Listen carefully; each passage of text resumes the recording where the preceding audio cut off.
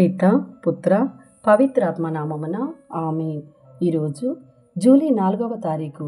మత్తయి సువార్త 9వ అధ్యాయము 9వ వచనము నుండి 13వ వచనం వరకు. తరువాత యేసు అట నుండి వెళ్ళుచు సుంకపు మెట్టుకాడ కూర్చున్న మత్తయి అను వానితో, నన్ను అనుసరింపుము అనెను. అతడు అట్లే లేచి ఆయనను అనుసరించెను. ఆ ఇంటిలో యేసు భోజనమునకు కూర్చుండినప్పుడు సుంకరులను పాపులను అనేకులు వచ్చి ఆయనతోనూ ఆయన శిష్యులతోనూ పంక్తి యందు కూర్చుండిరి.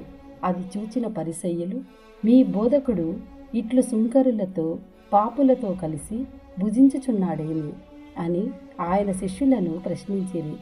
ఆ మాటలను ఆలకించిన యేసు, వ్యాధిగ్రస్తులకే కాని ఆరోగ్యవంతులకు వైద్యుడు అక్కరలేదు కదా, నాకు కారుణ్యము కావలయును కానీ బలి అవసరము లేదు అను లేఖనమునందలి అర్థమును మీరు గ్రహింపుడు. నేను పాపులను పిలవవచ్చి తిని, కానీ నీతిమంతులను పిలుచుటకు రాలేదు అని పరిసయ్యులకు ప్రత్యుత్తరమిచ్చెను. ఇది ప్రభుని వాక్కు. సర్వేశ్వరునికి వందనములు.